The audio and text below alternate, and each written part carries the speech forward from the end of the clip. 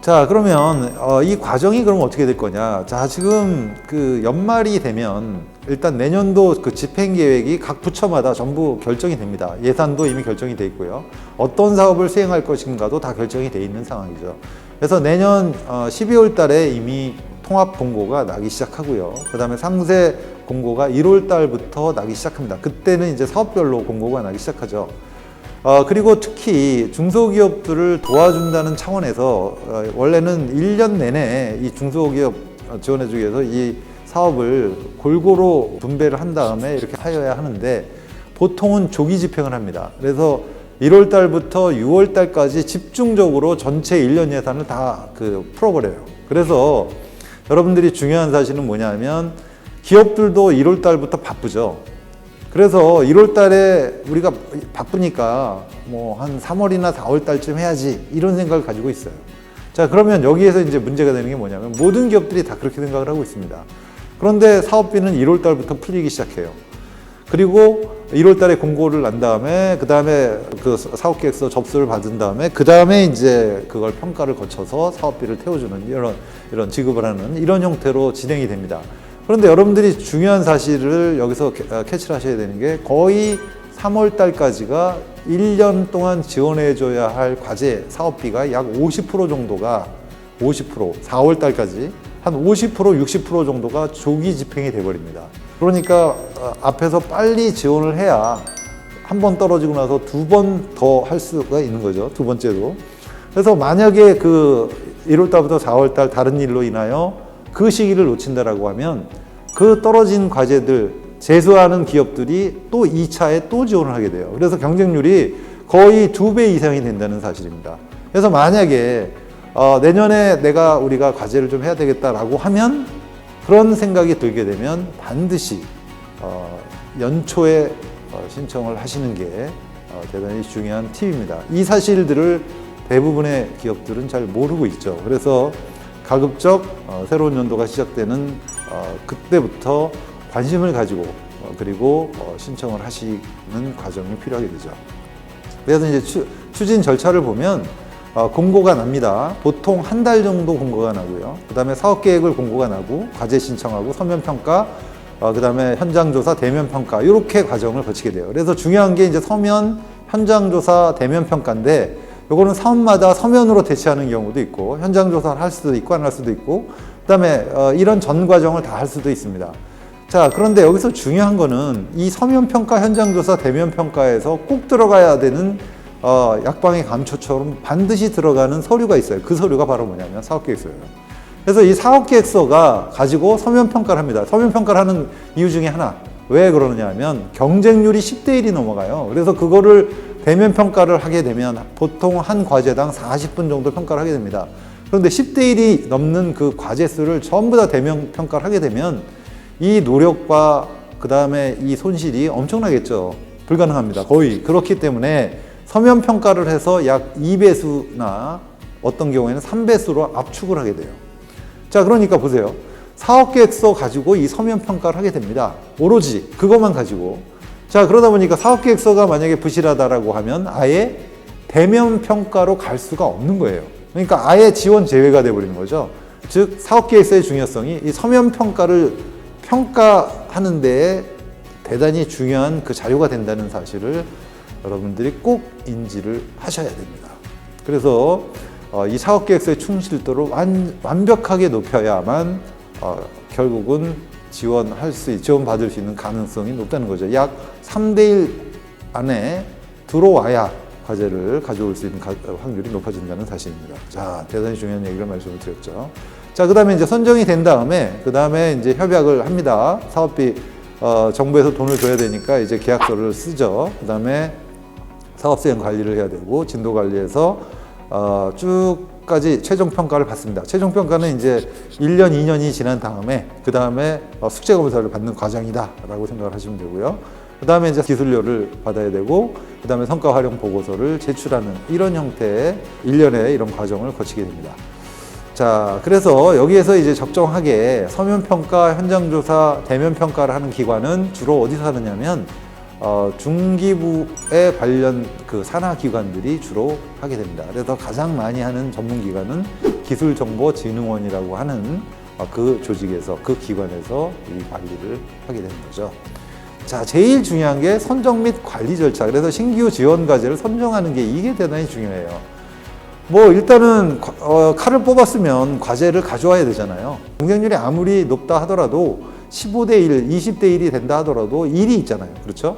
일이 있습니다. 그래서 가져와야 돼요. 가져오게 하는 단계가 1단계 서면 현장조사 대면평가인데 여기에서 하는 방법이 이제 궁금하실 겁니다. 그래서 평가위원회를 구성해서 발표 내용, 사업계획, 타당성, 기술성, 시장성 이런 것들을 평가하게 되고요. 그 다음에 대면평가가 이제 상당히 중요합니다. 그래서 대면평가는 사업계획서 내용, 과제 책임자의 발표 내용 이런 것들 종합적으로 검토해서 거기에다가 사업비의 적정성 이런 것들을 면밀히 검토한 다음에 시급성과 국가 경제를 활성화시키고 그런 그 기여가 높은 과제 순으로 먼저 선정을 하게 됩니다. 자, 그래서 우리가 이제 중요한 건 뭐냐면 결국은 국가 R&D 과제를 할 때 제일 중요한 게 제가 여러 번 강조를 했던 사업계획서를 잘 써야 되겠구나. 자, 일단은 생각을 해보세요. 우리가 집을 만약에 산다라고 해봅시다. 자, 그럼 집을 살 때 돈을 주고 우리가 집을 삽니다. 그러면 어떤 법적 근거 자료가 있어야 되는 거죠. 즉, 다시 얘기해서 얼마에 주고 언제 그 집을 넘기고 중도금은 얼마고 그 다음에 잔금은 언제고 이와 같이 그런 것들을 입증을 하기 위해서 우리가 계약서를 쓰고 그것도 계약서도 못 믿으니까 공인중개사라고 하는 그런 사람들을 국가에서 시험을 봐서 그렇죠. 그런 사람들에게 어떤 자격을 주고 그런 권한을 주고 계약을 합니다. 그리고 그 계약서는 법적인 효력을 가지고 있어서 만약에 그 계약대로 진행이 안 되게 되면 그 계약을 어기게 된 사람은 상당히 많은 제약을 받게 되죠. 책임을 물게 됩니다. 마찬가지입니다. 지금 과제 평가를 했어요. 과제 평가를 한 다음에 이제 정부에서 돈을 주려고 합니다.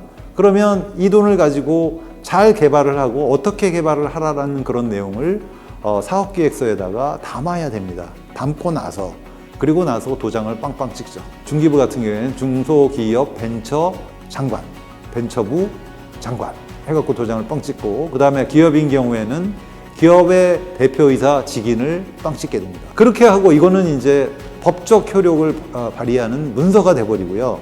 이 사업계획서는 우리 대한민국이 망할 때까지 서버에 저장이 되어 있습니다. 그리고 빼도 박도 못하는 아주 대단히 중요한 법적 근거의 자료가 되죠. 그 사업계획서에 있는 그대로 그 사업, 그 과제를 수행을 하여야만 합니다. 자, 그 다음에 두 번째 중요한 건 뭐냐면 자, 이 사업계획서는 자, 처음에 그 선정평가를 하는 게 대단히 중요한 과정이라고 얘기를 했죠. 우리나라 그 대학 들어가는 거랑 똑같습니다. 입학하기가 무지하게 어렵죠. 근데 졸업은 쉽습니다. 즉, 다시 얘기해서 선정되기가 어려워요. 이 선정되는 데 있어서 평가 기준이 되는 게 바로 사업계획서입니다. 그래서 이 사업계획서가 만약에 충실하게 잘 작성이 안 돼 있다라고 하면 선정이 될 리가 없어요. 그렇죠? 그래서 이 사업계획서를 잘 써야 됩니다. 그런데 여기서는 이제 여러분들이 조심하셔야 되는 게 이 중소기업의 입장에서는 우리 중소기업들의 모든 아이디어, 그 다음에 사업 아이템이 담긴 문서가 바로 이 사업계획서예요. 그런데 과제를 선정하는 입장, 이런 사람의 입장은 뭐냐면 평가의 기본 자료로 활용되기 때문에 중요하다는, 그러니까 시각이 벌써 다르다는 거죠. 그래서 이런 차이점이 있는데 여러분들은 그 두 가지 사업계획서가 갖고 있는 의미를 정확하게 이해를 하셔야 됩니다. 자, 서면평가에 이제 자료가 된다는 거 첫 번째 제가 말씀을 드렸죠. 그 다음 대면평가에 활용이 되고 최종평가의 기준이 돼요. 대단히 중요하죠. 자, 그러면 과제가 선정이 되려면 어떻게 됩니까? 서면평가의 자료가 상당히 구체적이고 충실하게 이렇게 작성이 되어 있어야 되죠. 그래야지 평가위원들이 좋은 사업 계획서야, 그리고 좋은 사업이야, 그러니까 돈을 주려고 할 겁니다. 그 다음에 최종 목표가 적절하게 제시가 되었는지, 자, 돈을 받았는데 그 안에 내용이 돈을 받아서 뭘 하겠다라는 게 구체적으로 객관적으로 정량적으로 이렇게 제시가 돼 있어야 되는데 그게 돼 있는지를 면밀히 본다는 얘기입니다. 그래서 과거 초창기 때 R&D 과제를 처음 한 10년 전, 12년 전 호랑이 담배 먹던 시절이죠. 그때는 이 R&D가 그렇게 대중화되지가 않았을 때는 사업계획서를 대충 써도 그 돈이 남았죠. 지금처럼 경쟁률이 높지 않았어요. 1대1이 안 됐습니다. 그때는 막 그냥 대충 써도 돈을 막 줬죠. 그리고 나서 나중에 평가받을 때는 그 사업계획서대로 하다 보면 뭐 목표가 없어요. 그럴 때는 옛날에는 그렇게 잘 그냥 넘어가고 분쟁이 많이 생기고 이랬었죠. 근데 지금은 그런 시행착오를 겪으면서 지금은 최종 목표가 적절한지 아닌지 이거를 객관적으로 입증할 수 있는 그런 그 시험 방법이라든지 그런 것들을 전부 다 제시하게 되어 있습니다. 그래서 여러분들이 이 사업계획서를 꼼꼼하게 잘 쓰셔야 된다는 거 다시 한번 말씀을 드리고요. 자, 그래서 이제 그러면 이 사업계획서가 중요하구나, 정말 중요하네요 라고 여러분들이 이제 인지를 하셨을 겁니다. 자, 그러면 사업계획서를 쓰기 전에 잘 쓰기 위해서 먼저 여러분들이 하셔야 할 작업이 있습니다. 일단 첫 번째, 내가 무엇을 개발을 할 것을 아이템을 결정을 해야 돼요. 그래서 아이디어를 구체화하는 작업이 필요하죠. 그래서 일단 개념화를 하셔야 됩니다. 그리고 그거를 혼자서 하시면 안 됩니다. 이 개발자들 뿐만 아니라 그 다음에 중기부 사업 같은 경우에는 개발도 중요하지만 개발한 거를 가지고서 빨리 상용화를 해서 돈을 벌어야 돼요. 기업의 이익을 창출해야 되고 그 다음에 기업의 이익이 결국은 국가 경쟁력 강화에 국가의 경제에 기여를 해야 되는 이런 구조가 만들어져야 돼요. 자, 그래서 사업하는 사람, 개발자 이런 사람들하고 회의를 해서 아이디어를 구체화해야 됩니다. 그렇지 않으면 실패하게 돼요. 그래서 즉 사업화가 안 되는 개발은 절대로 지원을 안 한다는 거, 제가 아까 분명히 처음에 대단히 중요한 포인트라고 말씀을 드렸죠. 단기 상용화가 돼야 되는 겁니다. 그렇기 위해서는 사업하시는 분들, 그 다음에 비즈니스 하는 사람들의 의견도 다 반영을 해야 한다는 겁니다. 자, 그래서 아이디어를 구체화해서 한 장으로 만들고 그 다음에 기술 트리를 작성을 해야 됩니다. 그래서 어떤 기능이 구현되어야 하는지 그런 것들을 추출을 해야 되고, 해당 기능을 구현하기 위해서는 어떤 기술이 필요한지, 이걸 우리 이제 뭐라고 하느냐면 세부 적용 기술 혹은 요소 기술이라고 얘기를 해요. 이런 것들을 도출을 해야 됩니다. 그 다음에 필요한 기술 중 회사가 보유하지 못한 기술을 어떻게 조달할지, 이거를 뭐 방법은 세 가지죠. 일단은 외주, 갖고 있는 애들한테 돈 주고 사갖고 오는 그런 방법이 있고요. 그리고 그걸 자체 개발을 해서 기술력을 확보하는 방법이 있고, 그리고 국가 출연연구소나 대학이나 이런 데서 갖고 있는 기술을 이전을 하는 거죠. 이런 세 가지 방법이 있습니다. 제일 좋은 건 뭐예요? 제일 좋은 건 돈 안 들어가고 기술 이전 돈 들어갑니다. 그래서 자체 개발하는 게 제일 중요해요. 왜 그러냐면 자체 개발을 하게 되면 우리 회사가 기술력이 축적이 되게 됩니다. 기술 경쟁력을 갖게 되는 거죠. 즉 기술이 글로벌 컴퍼니를 선도하는 그 자체 시대가 벌써 돼버렸어요. 그래서 자체 기술 개발하는 게 제일 좋고요. 그렇지 않은 기술은 어쩔 수 없이 외주하거나 기술 이전을 해야 된다는 거 여러분들이 명심을 하셔야 됩니다. 자, 그 다음에 요소기술별 기술개발 일정 및 달성 목표를 도출을 해야 돼요. 왜 그러냐면 자, 국가 R&D 과제는 1년 단위 혹은 2년 단위로 지원을 하게 돼요. 그것도 이제 직원들이 중소기업들이 불만을 많이 표출을 합니다. 그렇지만 어쩔 수가 없어요. 회계상 1년 단위, 2년 단위 혹은 3년 단위, 연 단위로 할 수밖에 없습니다. 그래서 일정이 1년이나 2년, 3년으로 이렇게 나와야 돼요. 그래서 그게 과연 가능한지 이런 것들을 달성 목표가 도출이 되는지 이런 것들을 꼼꼼히 봐야 된다는 거죠. 기술 개발뿐만 아니라 사업화까지 가능한 가능성이 높은 단계에서 과제를 신청을 해야 돼요. 그렇지 않으면 평가위원들이 정확하게 합니다. 대한민국의 전문가분들이 그쪽 분야의 전문가들이 6분, 7분이 모여서 평가를 하는 거예요.